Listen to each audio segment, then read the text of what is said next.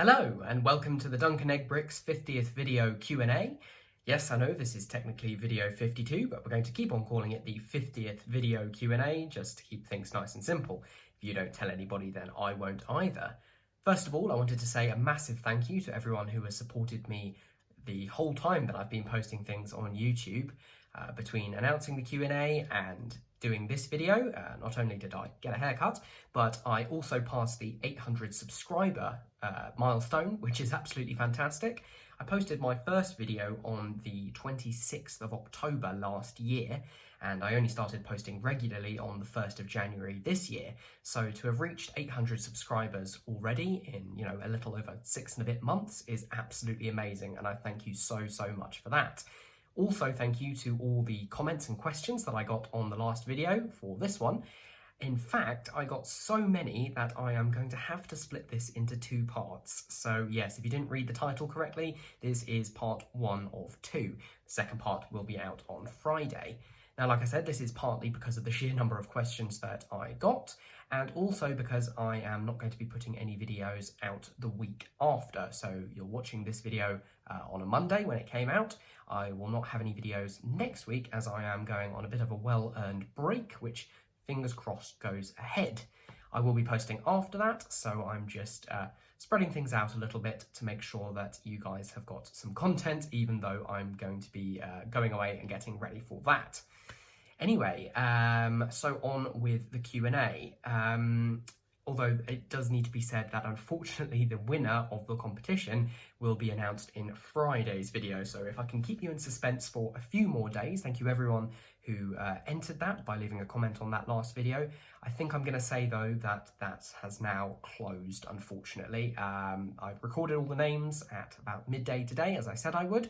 So if you're on that list, you are in with a shot. Right, let's get on with the questions. Looking at my list just here, I've got a total of 26 questions that people asked, and I've just written these down in the order that they were posted as comments. So what I'll do, 26, so I'll do 13 in this video and 13 in the next one. Not dividing them by any categories or anything like that, so just follow through and we'll see which ones I get to answer today. So, first up, we have got one from Viva Lukav, who has commented many times on my channel before, so hello to you and thank you once again. And they say, can you please do more Harry Potter mock instructions for free? And then in brackets, congrats on your 50th video and the face reveal. You look a little bit like Daniel Radcliffe. Let's answer that last bit first, even though it's not really a question. Yes, I have had that before. The glasses don't help, definitely. In fact, when I was at primary school, I actually convinced somebody that I was Harry Potter. Not Daniel Radcliffe, I convinced them that I was Harry Potter, which was a very weird conversation that they then had with my mum afterwards. But anyway, that's beside the point. Thank you for the congrats. Yes, can I do more instructions for free? Yes, I can. I definitely will do. I've been working on various things at the moment. Obviously, the one that people keep asking about is instructions for Hogwarts, which is going to be a big project, but something I'm definitely wanting to do. I have put my Thestral carriage instructions out there. They are available for free, but I'll definitely look at doing some other small things. Maybe the boathouse or something like that would work as a good project for me to start, at least, getting the instructions sorted. It takes quite a while to actually get the instructions working properly, yeah, it'll take a little while before I can get there. I definitely might release instructions for the small bits of furniture and things that I looked at in the previous video all about them, so I might include some instructions for those, although you can just go back to the video and watch how I build them there. Question 2 comes from Melissa Welch. She says, your videos are brilliant. I'm so glad there are now 50 of them. I wanted to ask a question. Are you planning on recreating the Battle of Hogwarts once you finish your Hogwarts castle? I thought it would be a cool celebration for completing it. I wasn't, but thanks for the really good idea. Obviously, the Battle of Hogwarts is something I wanted to include at some point. The battle itself obviously takes place across the whole school, massive chunks of it are destroyed, so I don't really want to do that after all the hard work of actually going and building it. But like with other bits of the castle, I might do a little scene of battle somewhere. I'm not sure where I'll do it, but it's a really good idea to do as a celebration of finishing the castle. Although if that is going to be a celebration of finishing it, then we might be here for a little while. The next two questions are fairly similar, so I'll read both of them out and then try and answer them both at once. So they've come first from Rosie Girl, who is another long-time commenter and contributor, so hello and thank you to you. And they say, congrats on 50 videos. I'm curious about the future of your Harry Potter related builds. What extent will you continue to build Hogwarts? Will you be building up the forest and surrounding area, Quidditch, Hogsmeade and train station? What about DA and then London side? So that's Diagon Alley. Platform 9 3/4. Really just wondering if you have a long-term goal in place for this specific theme. Thanks. And then question 4, which I said I'll answer at the same time, is from Kit Brickstow, another long-time contributor, and I'm sure I've said before that I really like your username. And they say, I've been really enjoying your Hogwarts build series and was wondering what your plan was for continuing the build past the back of your shelves. You'll soon need a bigger area to put it together if you want to build the Transfiguration Courtyard and the quad with the clock tower behind it. Are you planning on moving it to a table somewhere, or were you not planning to build the whole castle after all? Keep up the great work. Thank you very much for that. So as a kind of answer to both of those questions in terms of the future of the castle, yes, I am planning on building more of it. The concrete plans that I've got at the moment extend past the central tower through to the long gallery and the bell towers. Those are all designed, and I'm in the process of getting the pieces I need for the long gallery. Beyond that, I have ideas, so I do want to build the rest of the castle. For those of you who don't know, what I built so far is in a nice long line with the Great Hall at one end and the bell towers at the other. The rest of Hogwarts is actually behind that, whichever way you want to think about it. And my shelves are only 54 centimetres deep, and I've pretty much filled that depth with the various different bits and pieces. So my current plan is to get another section of these IKEA Ivar shelves just here, which will extend back that way, where you can just see the bowsprit of my Barracuda sticking out. And then that will give me a little bit of extended length. And what I will do is I'll actually have almost 2 sections of Hogwarts, so the bit I've got now, and then I'll have a second section, which will be the Transfiguration Courtyard and the quad, and the clock tower with the hospital wing and things like that, the wooden bridge over to Hagrid's hut, and the Forbidden Forest, an area like that, and I'll have the 2 things side by side, but I'm going to construct them in such a way that if I ever, for instance, took them to an exhibition, that I could combine the 2 things.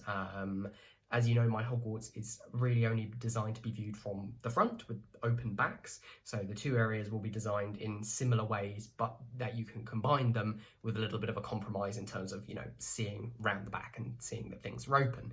So yes, I will be doing all of that.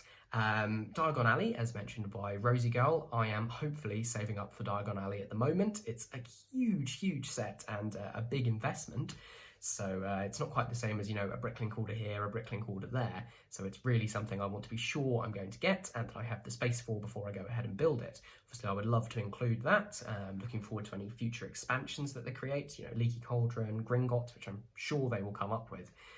Just got to make sure I have the space for all of those. Platform 9 3/4, I'm a little bit on the fence about. I'm more inclined to build Hogsmeade Station than I am Platform 9 3/4, even though it's obviously an iconic scene and area. It would take up a lot of space, and I think I don't really have room for 2 stations.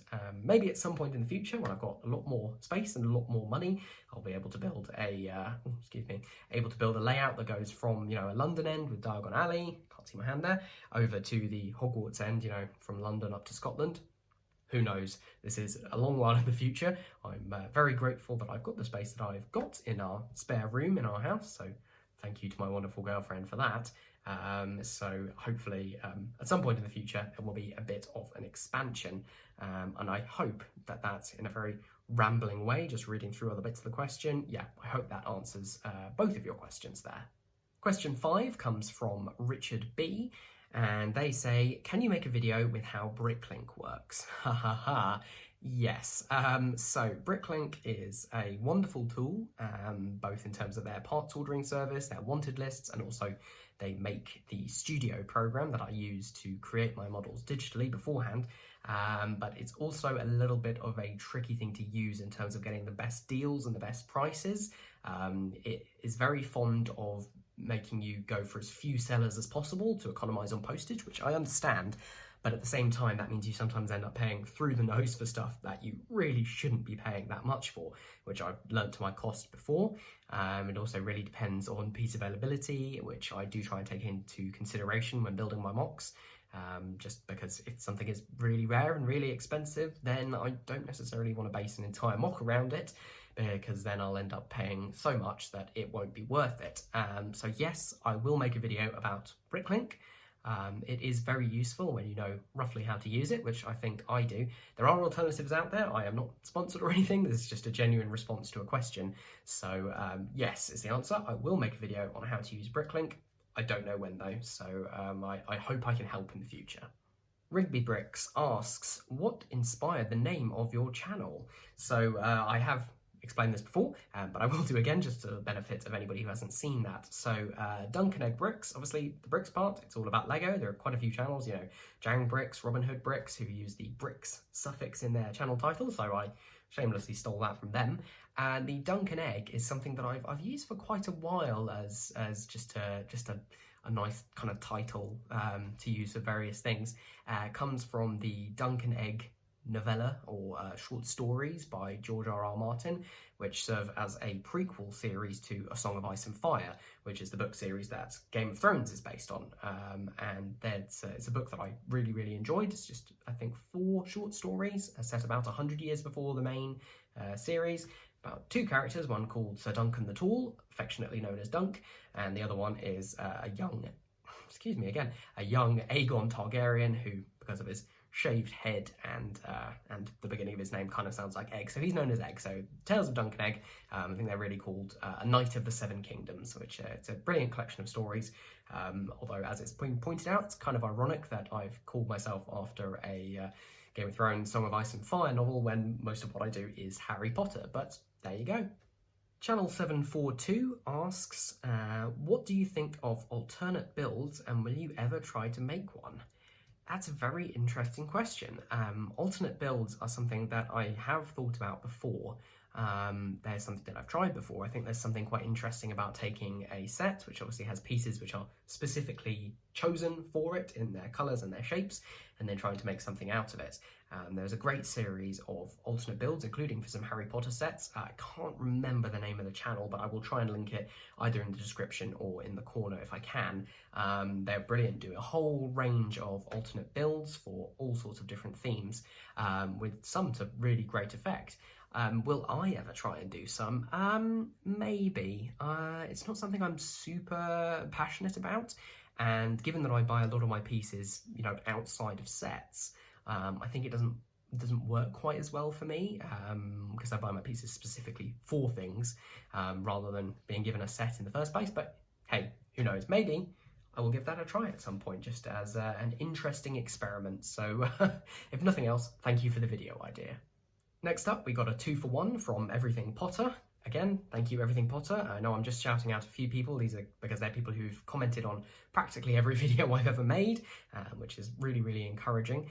So thank you, Everything Potter. In fact, this whole thing is your fault, this Q&A. It was your idea, so I hope you enjoy the answers that I give. So your first part of your question is, what is your favourite bit of Hogwarts that you have built so far? Interesting. I'm almost tempted to say the bathroom extension, particularly the exterior. I don't know if you can see it just in the corner of shot just there. That's mainly because I'd had it designed for quite a while and the shaping and things was quite tricky for me to get right, and I was really chuffed when I got it built in real bricks. But I think I would probably have to say the Great Hall.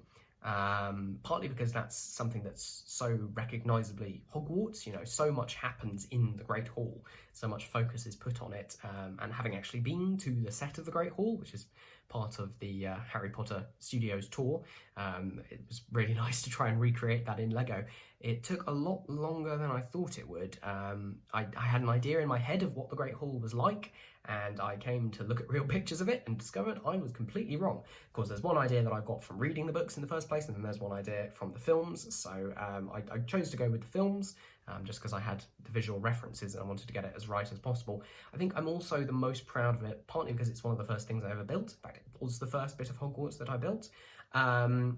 And partly because I've gone back and altered it. So the original Great Hall I built was 2 bricks shorter. It was, it didn't have, it was basically 2 bricks shorter in height and also in length. and it didn't have a lot of the details. The gargoyles and hanging dishes of flame inside were different. The way the clock was attached was different. I'll see if I can dig up some photos and, pop them around on screen just so you can see. But things were very different, and I've been back time and time again and altered it and changed it and added things, and I'm really proud overall of what I've managed to create. And the second part of Everything Potter's question is, have you considered doing streams? Yeah, I have, actually. I just need to find something that's worth streaming. I did originally think about streaming this, but I think I would ramble even more than I'm going to do and have been doing in this video so far. So I think it's, I'll find something that's interesting to stream, maybe a live build or something like that. If I do get Diagon Alley, then that's a good candidate for streaming, but I need to figure out how it works. Even though I've been doing it for, more than half a year, this whole YouTube thing, I'm still not quite 100% sure how everything works. On to question 9. This one comes from Will Ahern. Hello, fellow Will. He says, "Hey man, this is my entry." Hello. In the competition and giveaway and also Q&A. Question, do you base your mocks off sets from Lego?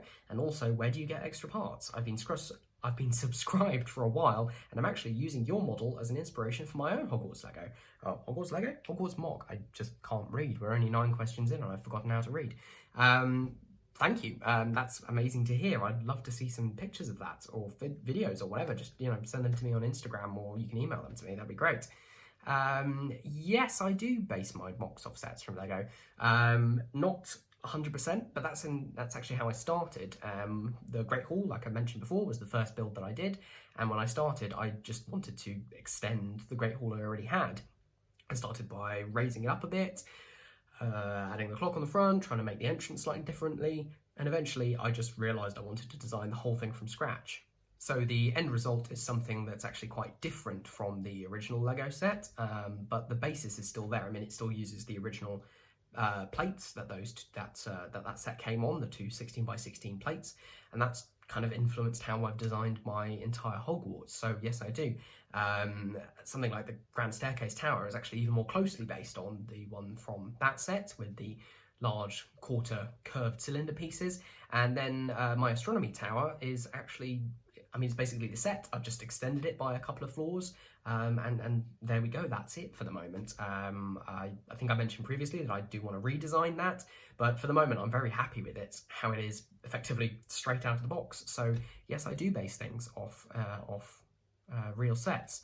To answer the second part of your question, just going back to it, yeah, extra parts I get from Bricklink as a rule. Occasionally eBay if it's something that's unavailable in the UK. I try and stick to buying from the UK because of Brexit and the pandemic and things like that. Just make it a little bit more difficult to get things from mainland Europe, but I have done before.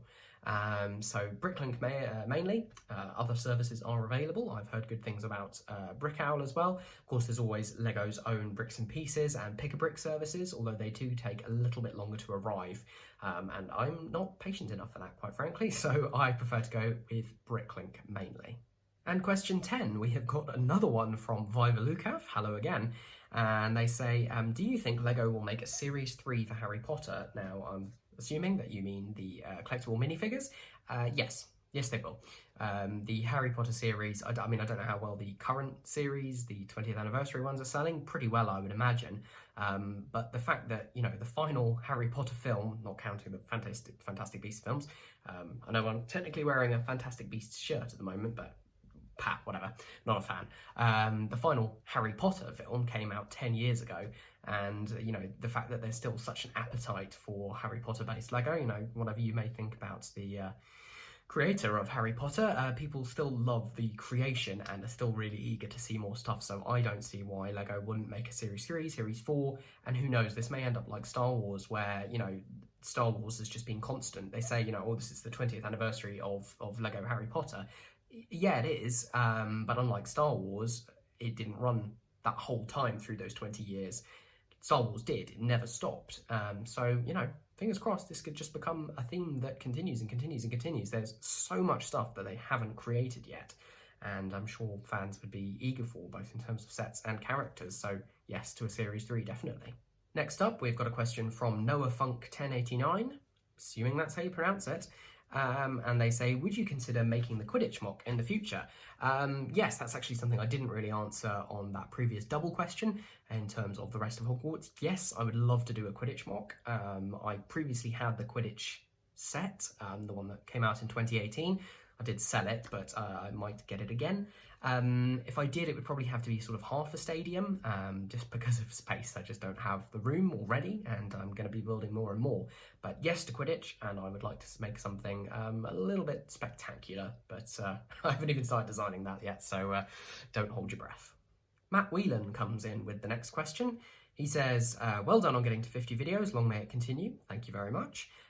They say, I have 2 linked questions for your Q&A. What is your favourite of the Harry Potter minifigs you own? And what Harry Potter character would you most like to see a minifig for that either doesn't already have one or needs an updated one / a different outfit? So it's a very long question, but it's a very interesting question as well. What is my favourite minifig? Let me have a look. So I had to take a few minutes there just to go and have a look and see if I could find one that I could choose.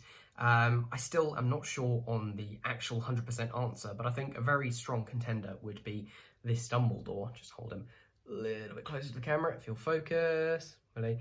You can see which one he is anyway. This is the Collectible Minifigures Series 2 Dumbledore with the wonderful hat and hair combo, dual moulded, and of course he came with forks as an accessory. Not that Dumbledore's a rare character or anything like that, but this minifigure is just so fantastic with the printing on the back of the skirt piece, wonderful robe printing on the front. He just looks exactly like the Richard Harris version of Dumbledore, and is a wonderful minifigure to get. I'll probably change my mind as soon as I finish recording this, so it's not a brilliant answer, but that's definitely one of my front runners. In terms of a minifigure that needs an updated outfit or doesn't have one, it's probably a popular choice, but I would go with Rita Skeeter. She doesn't exist as a minifigure, never has done. I've seen some really great mock figures, if you want to say it like that people have put together from existing parts, but I think she's ripe for a minifigure because she's just such a colourful looking person, looks so wacky and crazy. And I think that even though she only appears in the one film, just in Goblet of Fire, she does have a bigger presence overall in the book. She's in the 5th one as well. Of course, she writes The Life and Lives of Albus Dumbledore, which would be a great accessory Lego if you are listening. So I'm hoping for her for series 3. I would have said Lockhart, because he hadn't appeared in any sets for a long time, but we've recently got 2 versions of him, one in Diagon Alley, one in the Chamber of Secrets, so I've got my hands on one of those, finally, and we can tick him off that wanted list. And finally, for part 1, we've got a question from Fandom King, who says, I love your videos. Thank you very much. I do have one question, if you don't mind. Of course I don't mind, this is a Q&A. What inspired you to start building Hogwarts and making Lego videos? Were there other YouTubers or motives that started it, or is it just something you like to do? Yes and yes to both of those things. I've been a long time watcher of Lego videos. I've been watching Dunkandeggbricks videos for years and years and years and years, as I'm sure everybody else in the world has apparently, and he's fantastic. So yes, I was motivated by other YouTubers, not just in the Lego community, also in the model railway, model train community. That was my other big hobby growing up, was, Lego on one side, model trains on the other side, as I've mentioned before. That's why I was so happy to be able to make the Hogwarts Express to combine the two things. There's a lot of similarities between the two hobbies in terms of posting on YouTube for creations.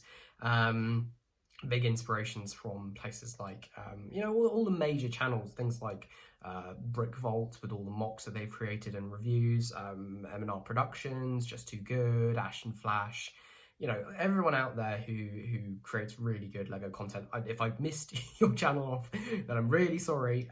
You are probably an inspiration too. I just haven't name dropped you.